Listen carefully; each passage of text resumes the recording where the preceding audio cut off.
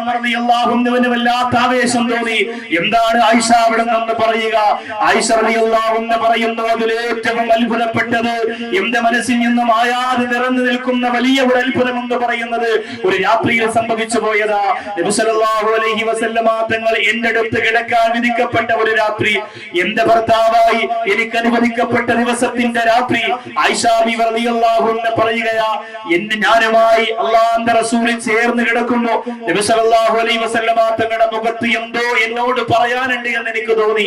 ആയിഷ റളിയല്ലാഹു അൻഹ പറയുന്നു, അല്ലാഹുവിന്റെ റസൂലേ, അങ്ങയുടെ മുഖത്ത് എന്തോ ഒരു ചെറിയ സങ്കടമുണ്ടല്ലോ, എന്നോടെന്തോ ചോദിക്കാനുണ്ടല്ലോ, അവിടുന്ന് ചോദിക്കണമെന്ന് പറയുമ്പോ ആയിഷ ബിവി റളിയല്ലാഹു തആല അൻഹ പറയുന്നു, അല്ലാഹുവിന്റെ റസൂൽ ചോദിച്ചു, ആയിഷ, ആയിഷ, എനിക്കൊന്ന് ഇബാദത്ത് ചെയ്യണം, എനിക്ക് നീ ഒരു അവസരം തരുമോ?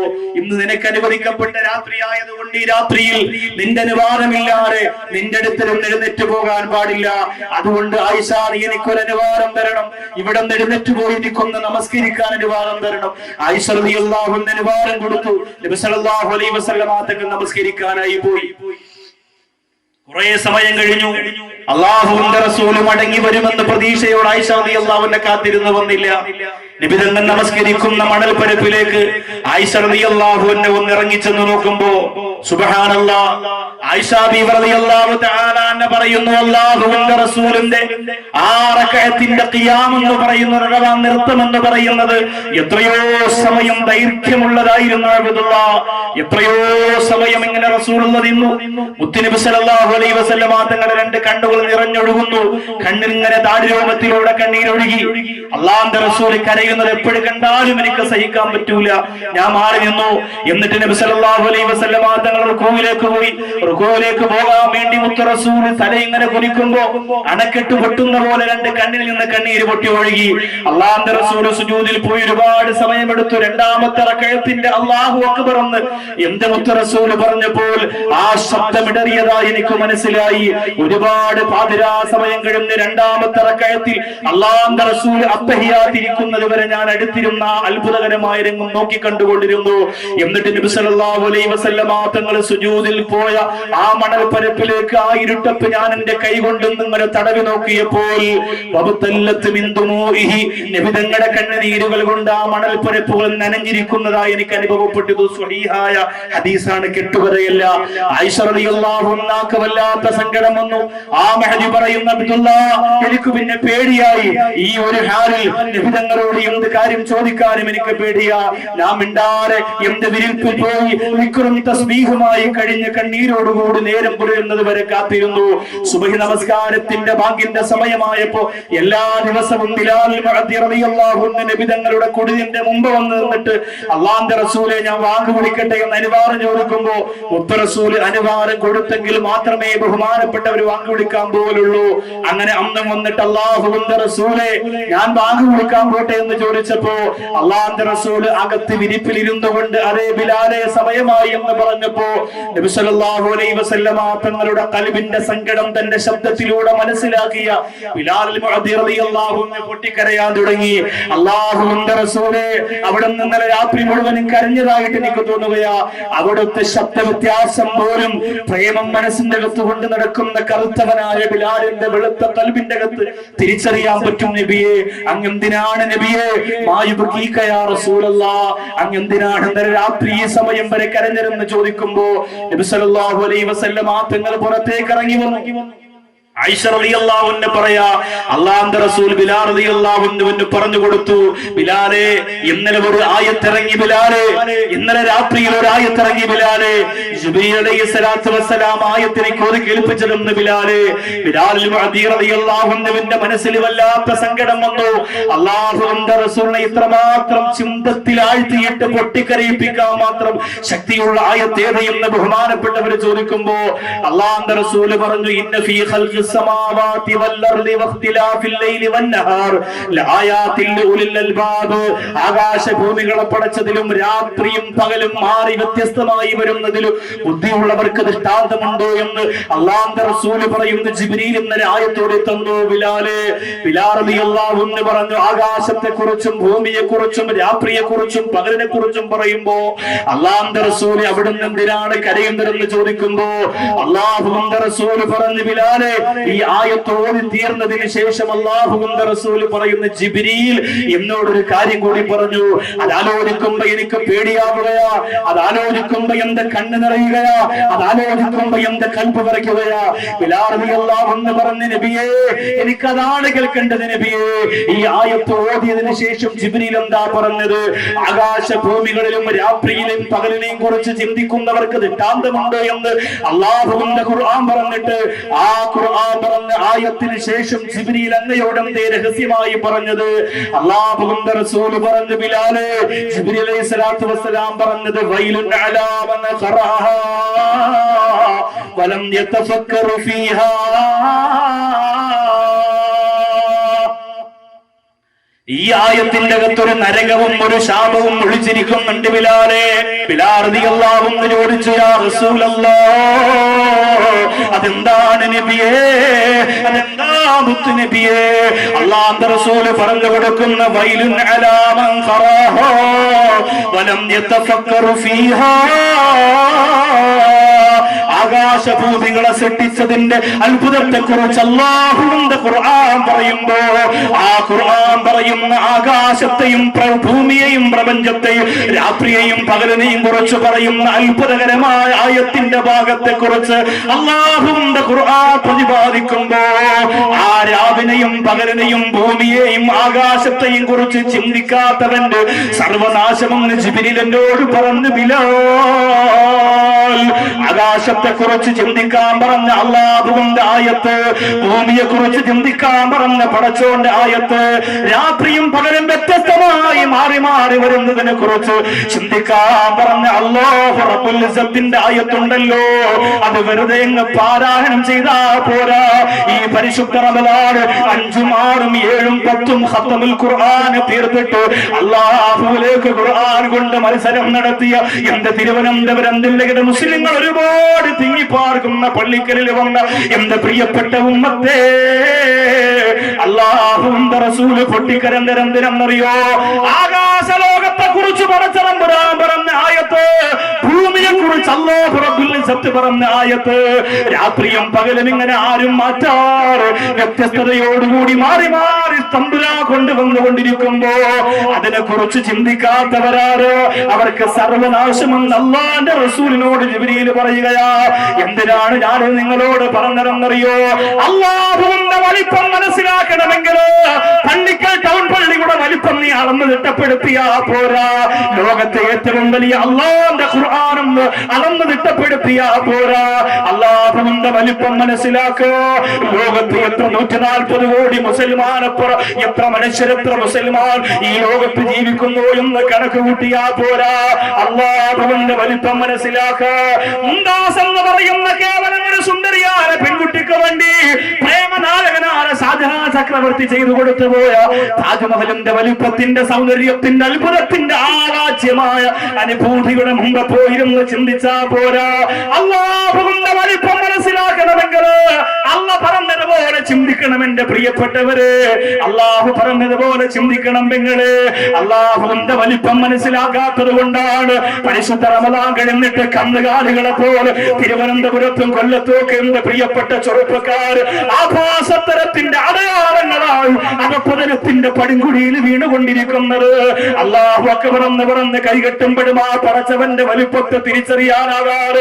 കേവലം 360 ഗ്രാം മാത്രം ഭാരമുള്ള ഒരു മുട്ടി ചൂട്ടി വെച്ചാൽ എത്രയാണോ അത്രയുള്ള ഹൃദയാന്തരത്തിന്റെ ഉള്ളറയിൽ ഭൗതിക ലോകത്തിന്റെ ആഡംബരങ്ങളെ കുത്തി നിറച്ചുപോയ എന്റെ പ്രിയപ്പെട്ട മുസ്ലിമേ,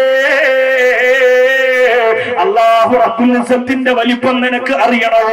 അല്ലാഹുവിന്റെ വലിപ്പത്തെ നിനക്ക് തിരിച്ചറിയണമെങ്കിൽ ആകാശത്തെ കുറിച്ച് ചിന്തിക്കണം പെങ്ങള്, ഭൂമിയെ കുറിച്ച് ചിന്തിക്കണം പെങ്ങള്. എന്താണ് ആകാശം എന്നറിയുമോ? അത്ഭുതപ്പെടേണ്ട പള്ളിക്കാര് 2 മണിക്കൂർ ആകാശഗോളങ്ങളുടെ അത്ഭുതങ്ങൾ നിങ്ങളോട് പറയാമെന്നവരല്ല. പ്രപഞ്ചത്തിന്റെ ആണിക്കല്ലുകളായ പർവ്വതത്തിന്റെ ശാസ്ത്ര വിശകലനം നിങ്ങളോട് പറയാമെന്നതല്ല. അല്ലാഹു രാത്രിയും പകലിനെയും മാറ്റിത്തരുന്നതിന്റെ ശാസ്ത്രജ്ഞന്മാര് വിശകലനം ചെയ്യുന്ന ഒരുപാട് അഭിപ്രായങ്ങൾ നിങ്ങൾക്ക് മുന്നിൽ വിതറാമെന്നതല്ല. നിങ്ങൾ സാധാരണക്കാരാ, നിങ്ങൾ അല്ലാഹുവിനെ മനസ്സിലാക്കാൻ കൊതിക്കുന്നവരാ, നിങ്ങൾ മദീനത്ത് പോകാൻ ആഗ്രഹിക്കുന്നവരാ. അല്ലാഹുവേ അല്ലാഹുവേ ഞങ്ങളുടെ പാപം കുറക്കണേ എന്ന് ഓരോ ദിവസവും പൊട്ടിക്കരഞ്ഞുകൊണ്ട് ദുആ ചെയ്യുന്നവരാ. ആ നിങ്ങളോട് ശാസ്ത്രലോകത്തിന്റെ വാതായനങ്ങൾ മഴയ്ക്ക് തുറന്നു തന്നിട്ട് കാര്യമില്ല. പിന്നെ എന്തേനാ പറയുന്നതെന്നറിയോ? ലോകത്തൊരു തൂണ് പോലുമില്ലാതെ, ഒരു തൂണ് പോലുമില്ലാതെ എത്രയോ കൊല്ലങ്ങളായിട്ട് വെള്ള വിരിച്ചതുപോലെ ഒരു പന്തല് പോലെ അല്ലാഹു നിലനിർത്തിയിരിക്കുന്ന ആകാശത്തിന്റെ മഹാത്ഭുതത്തെ തിരിച്ചറിയാ നമുക്ക് കഴിഞ്ഞില്ലെങ്കിലും വേണ്ട. നിന്റെ വീടിന്റെ മുകൾ ഭാഗത്ത് കയറിയിരുന്നിട്ട് ആകാശ ലോകത്തേക്കൊന്ന് നോക്കിക്കൂടെ ചെറുപ്പക്കാരാ? ഒരു ദിവസം എത്ര പ്രാവശ്യമാണോ വാട്സപ്പിലൂടെ, ഫേസ്ബുക്കിലൂടെ, യൂട്യൂബിലൂടെ നിന്റെ ശരീരത്തിനെ കിളിപ്പെടുത്തുന്ന ചിന്തകളും ഓർമ്മകളുമായി സമയം ചെലവഴിക്കുന്ന മുസ്ലിം ചെറുപ്പക്കാരോ? അല്ലാഹുവിന്റെ ആകാശത്തിലേക്കൊന്ന് നോക്കിയാൽ പറഞ്ഞത് നിന്റെ ജീവിതത്തിൽ 10 നന്മകൾ അല്ലാഹു നിനക്ക് തരുമെന്നാണ്. അല്ലാഹുവിന്റെ അത്ഭുതകരമായ സൃഷ്ടിപ്പാകുന്ന ആകാശത്തിലേക്ക് നീ വെറുതെ വന്ന് നോക്കിയാൽ 10 പ്രത്യേകത അല്ലാഹു നിനക്ക് തരുന്നതാണ്. അതിൽ പ്രധാനപ്പെട്ട നിന്റെ മനസ്സിന്റെ സങ്കടം അല്ലാഹു മാറ്റി തരുന്നതാണ്. ഭൂമിയിലേക്ക് നീ നോക്കിയാലോ, ഭൂമിയുടെ അത്ഭുതം കണ്ടിട്ട് ഏതെങ്കിലും ഒരാൾ സുബ്ഹാനല്ലാഹ് എന്ന് പറഞ്ഞാൽ ആ മനുഷ്യന് 80 വർഷം ഇബാദത്ത് ചെയ്ത കൂലിയാണെന്ന് മുത്തുനബി മുഹമ്മദ് മുസ്തഫ അല്ലാഹുവിന്റെ റസൂൽ പറഞ്ഞു. 80 വർഷം. വീഗാലാൻഡിൽ പോയി അവിടുത്തെ മനോഹരമായ രംഗം കണ്ട്, തൊടുപുഴയിൽ പോയി, കോഴിക്കോട് ജില്ലയുടെ തുഷാരഗിരിയിൽ പോയി, മൂന്നാറിൽ പോയി, പൊന്മുടിയിൽ പോയി, ഗോൾഡൻ വാലിയിൽ പോയി, ഏതെങ്കിലും മനോഹരമായ സ്ഥലത്ത് പോയി അവിടുത്തെ അത്ഭുതം കണ്ട ഒരു മനുഷ്യൻ സുബ്ഹാനല്ലാഹ് എന്നിങ്ങനെ അല്ലാഹുവിന്റെ അജായിബിനെ കണ്ട അത്ഭുതത്തോടെ സുബ്ഹാനല്ലാഹ് എന്ന് പറഞ്ഞാൽ 80 വർഷം അല്ലാഹുവിനെ സുജൂദ് ചെയ്ത കൂലി ആ മനുഷ്യന് മുത്ത് റസൂൽ പറയുന്ന കിട്ടുമെന്നാണ്. സുബ്ഹാനല്ലാഹ് എന്ന് പറഞ്ഞാൽ നമ്മളൊരു സെൽഫി എടുക്കാനേ പറയുള്ളൂ. സുബ്ഹാനല്ലാഹ് പറയാൻ നമുക്ക് നേരം കിട്ടൂല. 80 വർഷം ഇബാദത്ത് ചെയ്ത കൂലി ആ മനുഷ്യന് കിട്ടുമെന്ന് നബിയുനാ മുഹമ്മദ് മുസ്തഫ സ്വല്ലല്ലാഹു അലൈഹി വസല്ലം. ആകാശമൊക്കെ എത്ര അത്ഭുതം! നബിതങ്ങൾ മിഅ്റാജിന് പോയപ്പോൾ ആകാശത്തിന്റെ അത്ഭുതം ഏറെ കണ്ടതാണ്. അല്ലാഹുവിന്റെ റസൂൽ മിഅ്റാജിന് പോയോ ഇല്ലയോ എന്നതാണ് ഇപ്പോഴത്തെ പുതിയ സംശയം. അല്ലാഹുവിന്റെ റസൂൽ മിഅ്റാജിന് പോയോ ഇല്ലയോ എന്നാണ്. ആലോചിച്ച് നോക്കിയേ, എവിടം വരെ എത്തി നമ്മുടെ സമുദായത്തിന്റെ യുവത്വം. അല്ലാഹുവിന്റെ റസൂൽ മിഅ്റാജിന് പോയി. മുത്ത് റസൂൽ ആകാശ ലോകത്തിന്റെ അത്ഭുതം കണ്ടിട്ട് അല്ലാഹുവിന്റെ റസൂൽ പറഞ്ഞു, മാ ഫീഹാ മൗദിഉ 4 അസാബിയ ഇല്ലാ ഫീഹാ മലക്കുൻ സാജിദ്. 4 വിരൽ വെക്കാനുള്ള സ്ഥലം പോലും ആകാശത്തില്ല. ഇല്ലാ ഫീഹാ മലക്കുൻ സാജിദ്. അവിടെ ഒരു മലക്ക് സുജൂദ് ചെയ്തിട്ടല്ലാതെ 4 വിരൽ വെക്കാനുള്ള സ്ഥലം ആകാശത്തില്ല. അവിടെയൊക്കെ അള്ളാന്റെ മലക്കുകൾ സുജൂദ് ചെയ്യുകയാണ്. ആകാശം, മനുഷ്യൻ അവന്റെ അവയവങ്ങൾ വളരുന്നത് പോലെ ആകാശം വളർന്നുകൊണ്ടിരിക്കുന്നു എന്ന് അല്ലാഹുവിന്റെ പരിശുദ്ധ ഖുർആൻ. ആകാശം വളർന്നുകൊണ്ടിരിക്കുകയാണ്. ഇന്നാല മൂസിഊൻ, നാം അതിനെ വിശാലമാക്കിക്കൊണ്ടിരിക്കുന്നു എന്നാണ്. വിശാലമാക്കിയിരിക്കുന്നു എന്നല്ല, വിശാലമാക്കിക്കൊണ്ടേയിരിക്കുന്നു ആകാശത്തെ. ആകാശം വളർന്നുകൊണ്ടിരിക്കുകയാണ്. എത്രത്തോളം ആകാശം വളരുന്നുവോ അത്രത്തോളം സ്ഥലങ്ങളിൽ ഒരു മലക്ക്, 4 വിരൽ വെക്കുന്ന സ്ഥലം ആകാശത്തുണ്ടോ അവിടെ ഒരു മലക്ക് സുജൂദ് ചെയ്തിരിക്കുന്നു. മനുഷ്യർക്കാണ് നേരമില്ലാത്തത്. അള്ളാഹുവിന്റെ ഖുർആൻ പറയുന്നു, അള്ളാഹുവിന്റെ വലിപ്പത്തരത്തെ മനസ്സിലാക്കിയ, അള്ളാഹുവിന്റെ സൃഷ്ടികളെ കുറിച്ച് ഖുർആൻ പറയുന്നതെന്താ? അള്ളാഹുവിന്റെ റസൂലേ, അലം തറ അന്നല്ലാഹ യുസബ്ബിഹു ലഹു മൻ ഫിസ് സമാവാതി വൽ അർളി വത്വയ്റു സഫാ. അള്ളാഹുവിന്റെ റസൂലേ, നിങ്ങൾ കണ്ടില്ലേ അല്ലാഹുവിന്റെ റസൂലേ, നിങ്ങൾ കണ്ടില്ലേ, ആകാശ ലോകത്തുള്ള സർവ്വതും അല്ലാഹുവിനെ തസ്ബീഹ് ചൊല്ലിക്കൊണ്ടിരിക്കുകയാ, അല്ലാഹുവിനെ സുജൂദ് ചെയ്തുകൊണ്ടിരിക്കുകയാ, അല്ലാഹുവിനെ ഇബാദത്ത് ചെയ്തുകൊണ്ടിരിക്കുകയാ. പറന്നു പോകുന്ന പറവകൾ അങ്ങനെയാണ് നബിയെ. അല്ലാഹുവിന്റെ ഖുർആൻ പറയുന്നത് നിഷേധിക്കാൻ കഴിയില്ല. പള്ളിക്കരന്റെ മൂതറയുടെ പരിസരത്ത് വാഴക്കന്നുകളുടെ ഇടയിൽ ഒളിച്ചിരിക്കുന്ന, കുറ്റിച്ചെടികളുടെ മറവിൽ ഒളിച്ചിരിക്കുന്ന, രാത്രി ഒന്നുറങ്ങാൻ വേണ്ടി കുഞ്ഞു കൂട് കെട്ടിയിട്ട് പോയിരിക്കുന്ന കുഞ്ഞു കുരുതികൾ പോലും അല്ലാഹുവിന്റെ തസ്ബീഹ് ചൊല്ലുന്നുണ്ട്. അതിനതിന്റെ സ്വലാത്തും തസ്ബീഹും ഒക്കെ അല്ലാഹു പഠിപ്പിച്ചു കൊടുത്തതാ. അതവർക്ക് വ്യക്തമായി അറിവുള്ളതാ. അവർക്ക് നിരന്തരം ചൊല്ലിക്കൊണ്ടിരിക്കുന്ന പ്രിയപ്പെട്ടവരെ നിർത്താൻ അവർക്ക് കഴിയില്ല. അവർക്ക് നിർത്താൻ കഴിയില്ല. എത്രയോ അത്ഭുതകരമായ പക്ഷി പറവകളാണ് ലോകത്തുള്ളത്. നേരെ പറന്നു പോകുന്നതുണ്ട്, ചരിഞ്ഞു പറക്കുന്നതുണ്ട്, ചുണ്ടു നീണ്ടതുണ്ട്, കാല് നീണ്ടതുണ്ട്. അല്ലാഹുവേ, ഫ്ലൈറ്റ് ലാൻഡ് ചെയ്യുന്നത് പോലെ തന്റെ ഇരയെ പിടിക്കാനായി പതുക്കെ പതുക്കെ ലാൻഡ് ചെയ്ത് എയർപോർട്ടിലേക്ക് ഇറങ്ങുന്ന പോലെ സമുദ്രത്തിന്റെ തിരമാലകൾക്ക് മുകളിലേക്ക് ലാൻഡ് ചെയ്യുന്ന പറവകളുണ്ട്. ആ പറവകൾക്ക് പോലും അല്ലാഹുവിന്റെ തസ്ബീഹ് പഠിപ്പിച്ചു കൊടുത്തപ്പോ ആ പ്രിയപ്പെട്ട പക്ഷി പറവകൾ പോലും അല്ലാഹുവിനെ വാഴ്ത്തി പറന്നുകൊണ്ടിരിക്കുകയാ. എന്റെ മുമ്പിലിരിക്കുന്നവര്, ഈ പ്രപഞ്ചത്തിലുള്ള സർവ്വ വസ്തുക്കളും അങ്ങനെയാണ്. അല്ലാഹുവിന്റെ ഖുർആൻ പറഞ്ഞു, സുബ്ഹാനഹു യുസബ്ബിഹു റഅദു ബിഹംദിഹി വൽ മലായികത്തു മിൻ ഖീഫത്തിഹി. ഒരു ഇടി മുഴങ്ങുന്നുണ്ടല്ലോ. എന്തിനാണ് അങ്ങനെ ഒരു ഇടി? എന്തിനാ? മഴ പെയ്യണമെങ്കിൽ ശാസ്ത്രലോകത്തിനോട് നിങ്ങളൊന്ന് ചോദിക്കുക. മഴ പെയ്യണമെങ്കിൽ ഇടി ആവശ്യമുണ്ടോ എന്ന് ചോദിക്കുക. എന്തിനാണ് ഇടി? എന്തിനാണ് മിന്നൽ? എന്തിനാണ്? അതൊരു മഴ പെയ്യുമ്പോ ആവശ്യമുണ്ടോ എന്ന് ചോദിക്കുക. ഇടിയും മഴയുമില്ല, ഇടിയും മിന്നലുമില്ലാതെ എത്രയോ മഴത്തുള്ളികൾ നമ്മുടെ ഭൂമിയിലേക്ക് വീണിട്ടുണ്ട് മുസ്ലിമേ. പക്ഷെ എന്തിനാണ് ഇടിയെന്നറിയോ? ആ ഇടി വെട്ടുന്ന സമയത്ത് നിങ്ങൾ പറയണമെന്നല്ലോ റസൂല് പറഞ്ഞതെന്താ?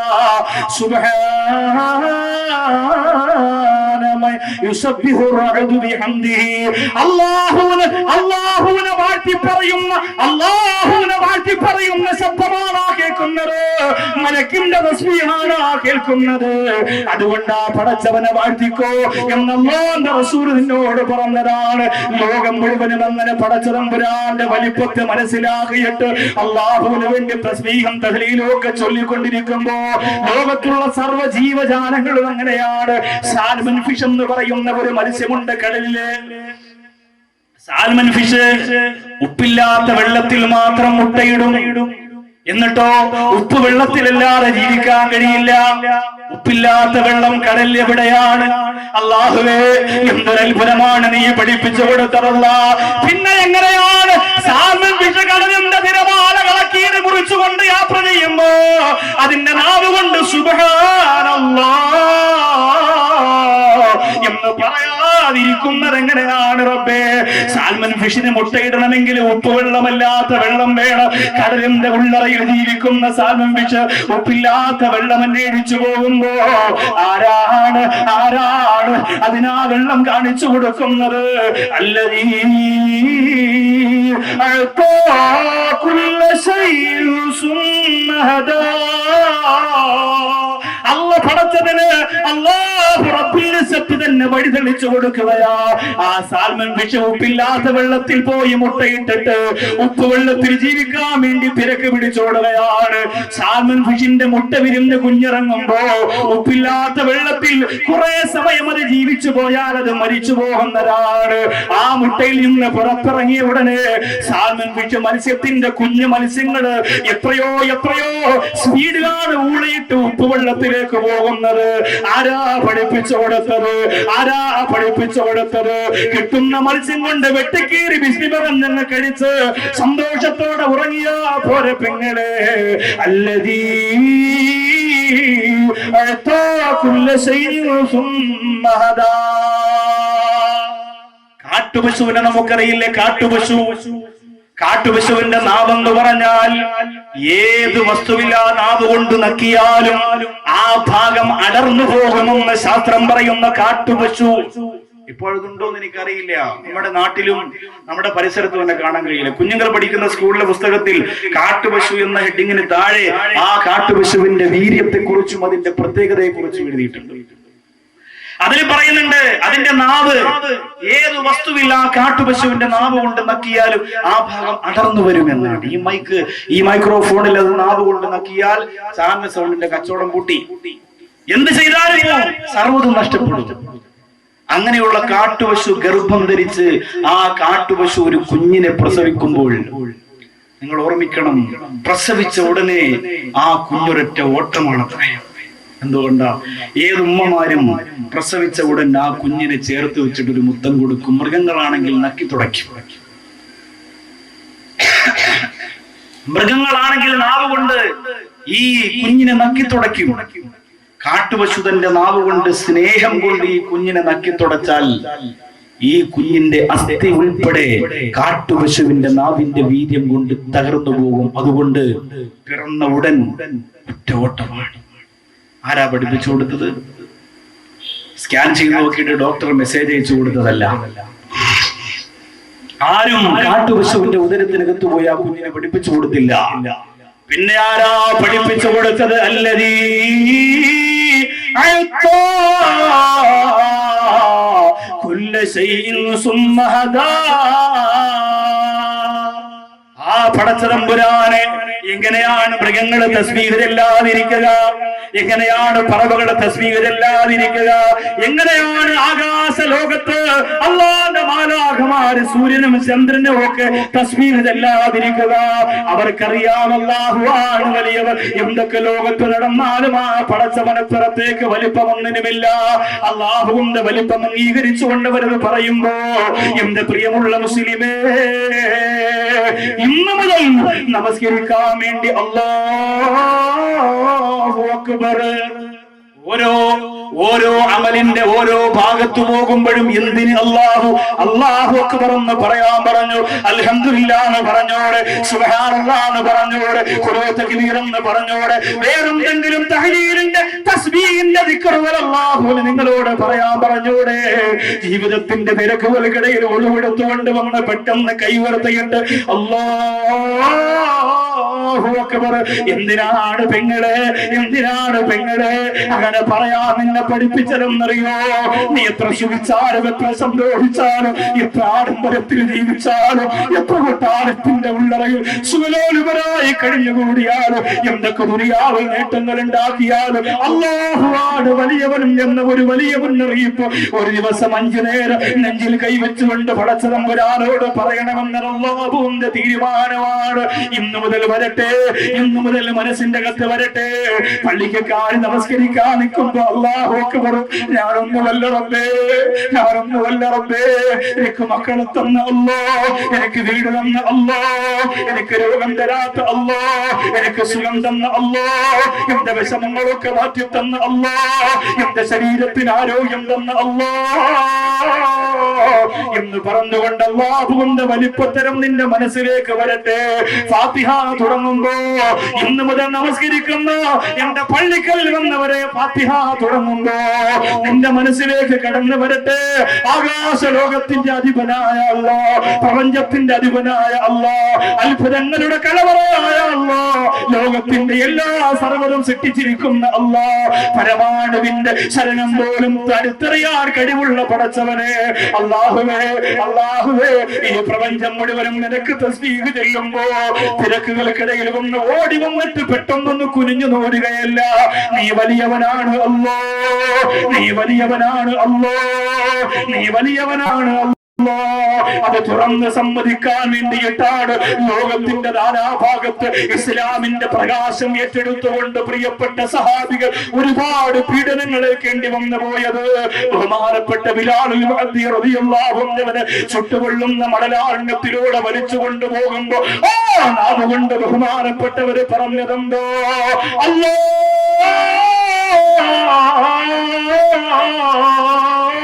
അക്ബർ. ബിലാൽ റളിയല്ലാഹു അൻഹു ദാഹിക്കുന്നു എന്ന് പറഞ്ഞപ്പോ ശത്രുക്കൾ വാക്യകത്തി മൂത്രമൊഴിച്ചു കൊടുത്തപ്പോ ബിലാൽ റളിയല്ലാഹു അൻഹു പൊട്ടിക്കരന്നുകൊണ്ട് പറഞ്ഞു, അല്ലാഹ് അല്ലാഹ് അല്ലാഹ്, നീയാണ് വലിയവനല്ലോ, നീയാണ് ശക്തിമാനല്ലോ, നീയാണ് ശക്തിയുള്ളവനല്ലോ, നീയാണ് പരമാധികാരിയല്ലോ, നീയാണ് സർവസ്വവും പിടിച്ചടക്കി അടക്കി വാഴുന്ന ഖഹാറായ മഹ്ബൂബായ റസാഖായ ഗഫാറായ നാഥ. അല്ലാഹു അക്ബർ അല്ലാഹു അക്ബർ.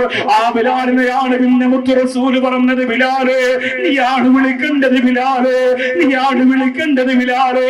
പാറക്കല്ലുകൾ നിന്റെ വാരികല്ലുകൾ കൊണ്ട് മൂടപ്പെട്ട ഹൃദയാന്തരത്തെ ഇടിച്ചു പൊളിക്കുമ്പോൾ അല്ലാഹു അക്ബർ എന്ന് നല്ല ഗാംഭീര്യത്തോടെ പുറത്തേക്ക് പറഞ്ഞ ബിലാലേ, അല്ലാഹുവിന്റെ പരിശുദ്ധ കഅബാലയത്തിന്റെ മുകൾ ഭാഗത്തിരുന്ന് വിളിക്കൂ ബിലാലേ. അങ്ങനെ ബിലാൽ റളിയല്ലാഹു അൻഹു വിളിച്ചതുപോലെ ആ ഈമാനോട്, ആ പവറോട്, ആ ഗമയോട്, ആ ഭംഗിയോട്, ആ സൗന്ദര്യത്തോട്, ആ ഈമാനോട്, ആ ശുദ്ധിയോട്, ആ ഗമയോട് ഒരു വാക്ക് വിളിക്കോ. ലോകത്തിന് വരപ്പിന് ആർക്കെങ്കിലും കഴിഞ്ഞിട്ടുണ്ടോ? അല്ലാഹുവേ, നിന്റെ വലിപ്പത്തെ ഞങ്ങൾ അംഗീകരിക്കുന്നു അല്ലാ, നിന്റെ വലിപ്പത്തെ ഞങ്ങൾ അംഗീകരിക്കുന്നു അല്ലാ. നമ്മളാരും വലിയവരല്ല റബ്ബേ, നമ്മളാരും ഉയർന്നവരല്ല റബ്ബേ. അതാണ് അല്ലാഹുവിന്റെ പരിശുദ്ധ ഖുർആൻ സൂറത്തുർ റഹ്മാൻ, പരിശുദ്ധ ഖുർആനിന്റെ മണവാളൻ എന്ന അഭിപ്രായമുള്ള സൂറത്തുർ റഹ്മാൻ. ഒരായത്ത് മാത്രം 31 പ്രാവശ്യം അതിനകത്ത് ആവർത്തിച്ചിരിക്കുന്നു. അത്രേ, ഒരായത്ത് മാത്രം. എന്തിനാണ് അത്രയും ആവർത്തിച്ചത്? ഏതാണ് ആയത്ത്? എല്ലാവർക്കും അറിയാം. നിങ്ങളെല്ലാരും ആദ്യമൊക്കെ വന്നത് കൊണ്ട് തൊപ്പിയിട്ടു. തട്ടത്ത് വരുന്ന ഒരാൾ വന്നിട്ടുണ്ട്, ഫുൾ ടൈം തൊപ്പിയാണ്, പേര് തന്നെ തൊപ്പി എന്നാണ്. അള്ളാഹു അതിന്റെ ബറക്കത്ത് കൊണ്ട് നാളെ മുത്ത് റസൂലിന്റെ കരം പിടിച്ച് സ്വർഗം പുൽകാൻ ആ പ്രിയ കൂട്ടുകാരൻ അള്ളാഹു ഭാഗ്യം കൊടുക്കട്ടെ. പേര് തന്നെ തൊപ്പി എന്നാണ്. അതിന്റെ ഒക്കെ ഒരു വലിയ ഭാഗ്യം വേണം. അങ്ങനെ ഒരു പേര് കിട്ടുമ്പോ നല്ലതാ. ഇരട്ട പേര് കിട്ടുമ്പോ വെട്ടോത്തി വാസു തക്കാളി സൈനവ എന്നൊക്കെ കിട്ടുന്നതിന് പകരം തൊപ്പി, തസ്ബീഹ്, തങ്ങള്, ഔലിയ എന്നൊക്കെ കിട്ടുന്നത് നല്ലതാ.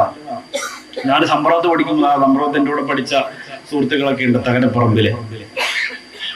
ചില വീടിന്റെ കാര്യം ചോദിച്ച പുസ്തകം പറഞ്ഞു, നിനക്ക് പടച്ചോന്റെ വീട്ടിലെ ഭക്ഷണം. ഞാൻ അൽഹംദുലില്ലാ, പടച്ചോൻ എന്ന് പറഞ്ഞ ഒരാളെ ഇരട്ടപ്പേരായിരുന്നു. പിന്നെ തങ്ങളുണ്ട് അവിടെ, തങ്ങൾ, അതും ഇരട്ടപ്പേരാണ്. അങ്ങനെ ഒരു പേര് കേൾക്കുമ്പോൾ മനസ്സിലൊരു സുഖമാണ്. പക്ഷെ അങ്ങനെ വേറെ പേരുള്ളത് കൊണ്ട് ആരെയും നിസ്കാരം കൂടെ വേണമല്ലോ. വിളിക്കുന്ന പേര് അയാളുടെ സ്വഭാവത്തിനനുസരിച്ച് ചില മാറ്റങ്ങൾ വരുന്നത് കൊണ്ട് വിളിക്കുന്നതാണ്. ഞാൻ പറഞ്ഞു വന്നത് അള്ളാഹുവിന്റെ പരിശുദ്ധ ഖുർആൻ സൂറത്തുർ റഹ്മാനിൽ ഫബിഅയ്യി ആലാഇ റബ്ബികുമാ തുകദിബാൻ.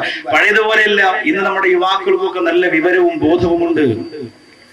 പരിശുദ്ധ റമദാനിലൊക്കെ വാട്സപ്പുകളിൽ ഗ്രൂപ്പുകൾ ഉണ്ടാക്കിയിട്ട് ആ ഗ്രൂപ്പുകളിലൂടെ ആയത്തിന്റെ അർത്ഥം പഠിക്കുക, ഹദീസിന്റെ അർത്ഥം പഠിക്കുക, പിന്നെ ഒരുപാട് ഇൽമുകൾ, ഉസ്താദുമാരുടെ പ്രഭാഷണങ്ങൾ, അതിലെ ചോദ്യോത്തരങ്ങളൊക്കെ ഇട്ടിട്ട് ഇങ്ങനെ യുവാക്കൾ പഠിക്കുകയാണ്. അതൊരു നല്ല മാധ്യമമായി അതിനെ ഉപയോഗിച്ചാൽ ശരിക്ക് അൽഹംദുലില്ലാ, ശരിക്ക് നമുക്കത് ഉപകാരപ്പെടും. ശരിക്ക് ഇല്ലെങ്കിൽ ചിലപ്പോൾ നമ്മൾ ഒരുപാട് ഖേദിക്കേണ്ടി വരും. അതിന്റെ ദൂഷ്യവശങ്ങളൊക്കെ സമയമുണ്ടെങ്കിൽ ഇൻഷാ അല്ലാഹ് പറഞ്ഞു തരുന്നതാണ്. അള്ളാഹു പഠിക്കാനും മനസ്സിലാക്കാനും തൗഫീഖ് തരട്ടെ. നല്ല അറിവുള്ളവരാണ് ഇപ്പോഴത്തെ യുവതലമുറ. ഒരുപാട് ആളുകളെ എനിക്കറിയാം, പുനലൂരിൽ നിന്ന് വന്നവര്. അതുപോലെ തന്നെ തട്ടത്തൂരിൽ ഞാൻ ഇരിക്കുന്ന സമയത്ത് പ്രായം ചെന്നവർക്ക് ഖുർആൻ എഴുതി പഠിപ്പിച്ചു കൊടുക്കുന്ന ഒരു പദ്ധതി വരെ തുടങ്ങി. എല്ലാ സ്ഥലങ്ങളിലും ഉസ്താദുമാരൊക്കെ വലിയ ഉഷാറാ, പഴയതുപോലെയല്ല അൽഹംദുലില്ലാ. എല്ലാ സ്ഥലങ്ങളിലും യുവാക്കൾക്ക് പഠിക്കാനും ചോദ്യങ്ങൾ ചോദിക്കാനും മറുപടി കൊടുക്കാനും അതിനൊക്കെ വലിയ വലിയ അവസരങ്ങൾ ഇന്നുണ്ട്. എങ്കിലും ഇടയിൽ കുറെ സാധനങ്ങളുണ്ട്, ഒരു ബോധമില്ലാതെ ഞാൻ നടക്കുന്ന കുറെ സാധനങ്ങൾ കാണാൻ നല്ല ഗ്ലാമറൊക്കെ ആയിരിക്കും. പെണ്ണ് കാണാൻ പോയപ്പോ വാപ്പച്ചി ആ മോന്റെ അടുത്ത് പറഞ്ഞു, മോനെ നീ പോയിട്ട് നിന്റെ ഈ ന്യൂ ജനറേഷൻ ചോദ്യങ്ങളൊന്നും പെണ്ണിന്റെ അടുത്ത് ചോദിക്കരുത്. അങ്ങനെയാണ് ഈ വന്ന ആലോചന മൊത്തം മുടങ്ങി. ഇസ്ലാമികമായ ചോദ്യം ചോദിക്കണം. അവൻ ചെന്ന് ആദ്യം വെള്ളം കൊണ്ടുവന്ന പെണ്ണോട് ചോദിച്ചത് മൺ റബ്ബുക്കാന്നാ. ഇതിനപ്പുറം ഈ ഒരു ദീനുള്ള ചോദ്യം വേറെ ഇല്ലല്ലോ. നിന്റെ റബ്ബാരെന്നാ ചോദിച്ചു. ഖബറിന്റെ അകത്ത് ചോദിക്കേണ്ട ചോദ്യാ. എത്ര ബോധം ഈ ചെയ്താനുണ്ടെന്ന് നമ്മളൊന്ന് ആലോചിച്ച് നോക്കി. ഇത് കുറെ ഇങ്ങനത്തെ അതിന്റെ ഇടയിൽ ഇങ്ങനത്തെ കുറെ ആളുകൾ ഉണ്ടാവും. റമദാൻ 30 ഇബാദത്ത് ചെയ്തു, സൽക്കർമ്മങ്ങളൊക്കെ ചെയ്തു, നല്ല ഇബാദത്തും കാര്യങ്ങളൊക്കെ ചെയ്തു. പെരുന്നാളിന്റെ അന്ന് പള്ളിയിലേക്ക് പോയപ്പോൾ ഈ വർഷം നമ്മുടെ പ്രിയപ്പെട്ട യുവതലമുറയ്ക്ക് പകർന്നു പിടിച്ച ഏറ്റവും വലിയ രോഗമായിരുന്നു വെള്ളമുണ്ടും കറുത്ത ഷർട്ടും ഒരു മോഡൽ താടിയും. അതെന്തിനായിരുന്നു എന്ന് ഞാൻ പറയാതെ നിങ്ങൾക്കറിയാം.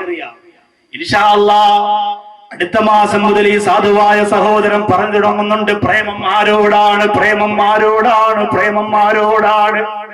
എന്റെ മുമ്പിലിരിക്കുന്ന പ്രിയപ്പെട്ട ചെറുപ്പക്കാരോട് ഞാൻ ചോദിക്കട്ടെ, എത്രയോ നാളുകളായി നമ്മുടെ പള്ളിയിലെ ഇമാമിങ്ങൾ മുഴുവനും വെള്ളിയാഴ്ച മിമ്പറിൽ നിന്നുകൊണ്ട്, മേറാവിൽ നിന്നുകൊണ്ട് അല്ലാഹുവിന്റെ റസൂലിന്റെ പ്രവാചക ചര്യയെ കുറിച്ച് നിങ്ങളോട് പറഞ്ഞിട്ട് നിങ്ങൾക്ക് തോന്നിയില്ലല്ലോ ചെറുപ്പക്കാരാ?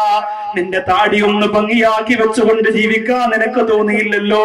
അല്ലാഹുവേ, ഞാനൊരു മുസൽമാനാണെന്ന് അടയാളം എന്റെ മുഖത്തുണ്ടാവണമെങ്കിൽ താടി വേണമെന്ന് എന്റെ പ്രിയപ്പെട്ട ചെറുപ്പക്കാരാ നിനക്ക് തോന്നിയില്ലല്ലോ? അല്ലാഹുവിന്റെ പള്ളി വിനാരങ്ങളിലൂടെ അല്ലാഹുവിന്റെ വലിപ്പത്തെ കുറിച്ച് പറഞ്ഞത് മനസ്സിലാക്കാൻ നിനക്ക് കഴിഞ്ഞില്ലല്ലോ? എത്രയോ ഉസ്താദുമാണ് പ്രഭാഷണ സീഡികൾ നീ കേട്ടവനാണ്, എത്രയോ ക്ലാസുകൾക്ക് പോയതാ. നിന്റെ പള്ളിയിൽ വെച്ച് കാണുമ്പോ ഉസ്താദ് എപ്പോഴും പറയും നിനക്ക് താടി നല്ലതാ, താടി നല്ലതാ.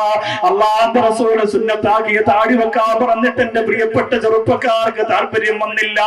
പക്ഷെ ഒരു സിനിമ ഇറങ്ങിയപ്പോഴോ ആ സിനിമയിൽ അവൻ ഇഷ്ടപ്പെടുന്ന സിനിമാ നടൻ പുതിയ ന്യൂ ജനറേഷന്റെ മോഡലായപ്പോ ആ മോഡല് പോലെ താടി വെച്ചുകൊണ്ട് പള്ളിയിൽ വരാ.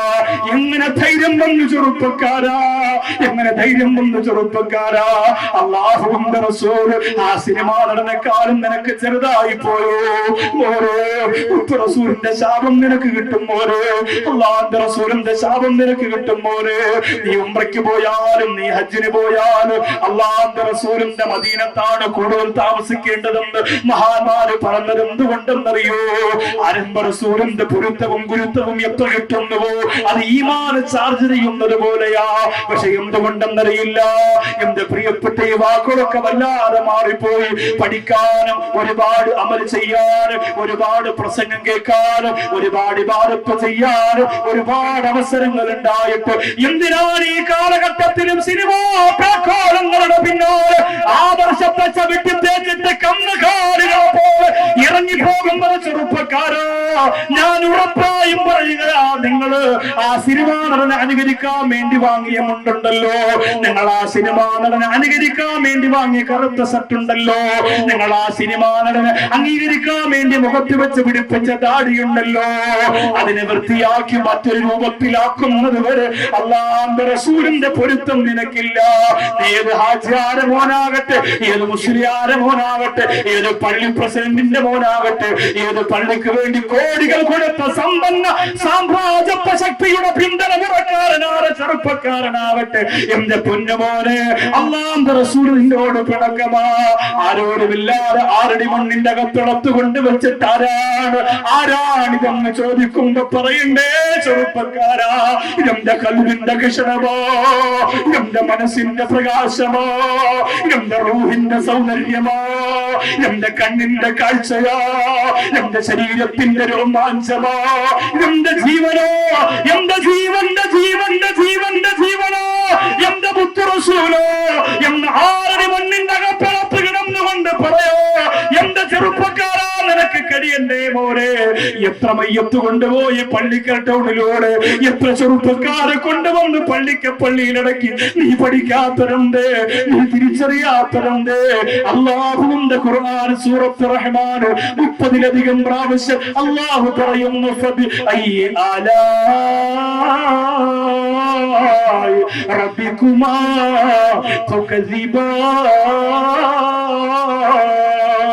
അല്ലാഹുവിന്റെ അജായിബുകളെ, അല്ലാഹുവിന്റെ അത്ഭുതങ്ങളെ, അല്ലാഹുവിന്റെ ലോകത്ത് അസംഭവമാകുന്ന കാര്യങ്ങള് മുഴുവനും പടച്ചതമ്പുരാൻ ചെയ്തു വെച്ചത് ആ സൂറത്തിലൂടെ പറഞ്ഞിട്ട് ചോദിക്കുകയാ, അല്ലാഹുവിന്റെ അനുഗ്രഹങ്ങളെ നിഷേധിക്കുന്നതാരാ? അല്ലാഹുവിന്റെ ഖുർആൻ അർ-റഹ്മാൻ അല്ലമൽ ഖുർആൻ ഖലഖൽ ഇൻസാൻ അല്ലമഹുൽ ബയാൻ. എന്ത് രസമാണ് സൂറത്ത് റഹ്മാൻ. അല്ലാഹുവേ, ഞങ്ങൾ മരിക്കുന്ന ദിവസം ഞങ്ങളുടെ പേരിൽ ഞങ്ങളുടെ പിഞ്ചോമന മക്കൾ, ഞങ്ങളുടെ കൽബായി ഞങ്ങളെ കൊണ്ട് നടക്കുന്ന മക്കൾ, ഞങ്ങളുടെ മടിയിൽ വെച്ച് മുത്തം കൊടുക്കുന്ന മക്കൾ, ആ പൊന്നോമന മക്കൾ വാപ്പച്ചിക്ക് വേണ്ടി അർഹമാനോദി, ഉമ്മച്ചിക്ക് വേണ്ടി അർഹമാനോദി ഹദിയ ചെയ്യുന്ന ഭാഗ്യം ഞങ്ങൾക്ക് തരണേ അല്ലാ. 70,000 മലക്കുകളാണ് ആ സൂറത്തോടുന്ന സ്ഥലത്തിറങ്ങുന്നത്. നമ്മുടെ ഖബറിന്റെ അടുത്ത് വന്നിരുന്ന് നമ്മുടെ പൊന്നാര പൊന്നുമോൾ, ഓനെ പള്ളിയിൽ പോകണമെന്ന് പഠിപ്പിച്ച മകൻ, തൊപ്പി വെക്കണമെന്ന് പഠിപ്പിച്ച മകൻ, സ്വലാത്ത് ചെല്ലണമെന്ന് പഠിപ്പിച്ചു കൊടുത്ത വാപ്പാടെ ഖബറിന്റെ അടുത്ത് വന്നിരുന്ന് ആ പൊന്നുമകൻ അർറഹ്മാനോടുമ്പോ 70,000 മലക്കുകളാണ് ആ വാപ്പാക്ക് വേണ്ടി ഖബറിന്റെ അകത്ത് സഹായത്തെ ഇറങ്ങുക. ആരാണ് വരിക പെങ്ങളെ? ആരാണ് വരുന്നത് പെങ്ങളെ?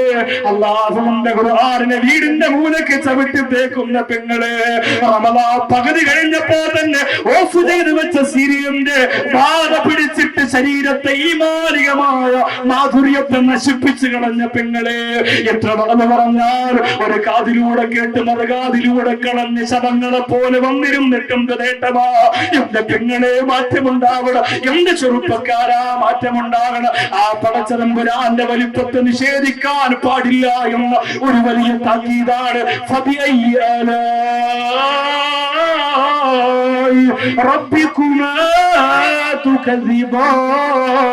എന്നായത്തിന് ആവർത്തിക്കുന്നതിലൂടെ അള്ളാഹു ലക്ഷ്യമിടുന്നതെങ്കിൽ നിങ്ങൾ ചിന്തിക്കുക, എവിടെയും അള്ളാഹു അവന്റെ വലിപ്പത്തെ സീൽ ചെയ്ത് വെച്ചിട്ടാണ് അള്ളാഹു തുടക്കം കുറിക്കുക. ഒരു കുഞ്ഞ് ജനിച്ചാൽ അള്ളാന്റെ റസൂൽ സല്ലല്ലാഹു അലൈഹി വസല്ലം തങ്ങൾ പറഞ്ഞു, വലത്തെ ചെവിയിൽ ബാങ്ക്, ഇടത്തെ ചെവിയിൽ ഇഖാമത്ത്. പിന്നെ 1-2 പ്രധാനപ്പെട്ട കാര്യങ്ങൾ കൂടിയുണ്ട്, അതുകൂടെ ഒന്ന് മനസ്സിൽ വെച്ചോ. ഒരു കുഞ്ഞ് ജനിക്കുമ്പോൾ പിശാച് ആ കുഞ്ഞിന് വേണ്ടി മാത്രം 100 കണക്കിന് പിശാചിന്റെ മക്കളെ പടയ്ക്കും. നീ അവന്റെ പിന്നാലെ പോകണം. എത്ര ഓതിയാലും എത്ര ഊതിയാലും മാറാതെ വീര്യത്തോടു കൂടി ചേർന്ന് നിൽക്കണം. എങ്ങനെയെങ്കിലും അവന്റെ കൽബിൽ അള്ളാന്റെ റസൂലിനെ, അള്ളാഹുവിനെ നമുക്ക് എടുത്തു മാറ്റണം എന്ന് പറയും. നമ്മുടെ മക്കളെ അങ്ങനെ എടുത്തു മാറ്റുന്നത് കൊണ്ടാണ് പിന്നീട് അവര് വകതിരിവെത്തിയിട്ട് പോലും പറഞ്ഞാൽ കേൾക്കാതെ വരിക. ഉമ്മായ കിളവിയെന്നും കഴുതിയെന്നും വിളിക്കാത്ത മക്കൾ ഇന്ന് കുറവല്ലേ? ഉമ്മായ നോക്കുന്ന മക്കളെന്നുണ്ടോ? പെരുന്നാളിന്റെ ഒരു ഉമ്മ പറഞ്ഞു, 4 ആൺമക്കളും 2 പെൺകുട്ടികളും ഉണ്ട് അവർക്ക്. 6 മക്കളുടെ ഉമ്മയാണ്. പെരുന്നാളിന് ഉമ്മ ചോറൊക്കെ വെച്ചിട്ട് ഉച്ചയ്ക്ക് കാത്തിരുന്ന മക്കൾ വന്നില്ലത്രേ. ഉമ്മക്ക് സങ്കടം വന്നു. അപ്പുറത്തുള്ള പൊന്നമ്മയ്ക്കും പ്രസന്റയ്ക്കും ഒക്കെ ഇങ്ങനെ കോരി പാത്രത്തിനകത്തിട്ട് എല്ലാവർക്കും കൊണ്ട് കൊടുത്തിട്ട് പറഞ്ഞു, ഈ പെരുന്നാളിന്റെ മക്കൾ എന്നെ കാണാൻ വന്നില്ല. 4 ആമക്കളും 2 പെൺമക്കളുമാ. ഇവിടെ മക്കൾക്ക് പെരുന്നാളിന് നേരമില്ല. ഉമ്മാക്ക് എത്ര നീളമുള്ള മൊബൈൽ വാച്ച് കൊടുത്തിട്ടുണ്ട്. രാവിലെ ഉമ്മ അങ്ങോട്ട് ഓണാക്കുമ്പോ ഉമ്മ ഇളയ മോനാണ്, ഇനി ഉമ്മാണക്ക് കഴിഞ്ഞ് അവന്റെ പെരുന്നാളും കഴിഞ്ഞ്, അവന്റെ കുത്തുബയും കഴിഞ്ഞ്, അവന്റെ കുർബാനും കഴിഞ്ഞ്, സർവ്വതും കഴിഞ്ഞ്. ഇത്രയേ ഉള്ളൂ. ഞാനിന്ന് വൈഫിന്റെ കൂടെ ഊട്ടിയിലാണ്, മൈസൂറാണ്, വൈഫിന്റെ വീട്ടിലാണ്. വൈഫിന്റെ വീട്ടിൽ പോയില്ലെങ്കിൽ പുറത്ത് കിടക്കേണ്ടി വരും. അതുകൊണ്ടാ എല്ലാവർക്കും ഉള്ള അവസ്ഥ തന്നെയാ. ചിന്തിച്ചു നോക്കി, ഉമ്മായും ഉപ്പായും നമ്മൾ കൊടുക്കേണ്ടുന്ന ഒരു പരിഗണന കൊടുക്കണം. നിങ്ങൾ വൈഫിനെ സ്നേഹിക്കണ്ടെന്ന് സഹോദരിമാർ ഊരിയ മോതിരം തിരിച്ചിടണ്ട. സ്നേഹിക്കണ്ടെന്നല്ല പറഞ്ഞത്, അങ്ങനൊന്നുമല്ല. ഞാൻ വിവാഹം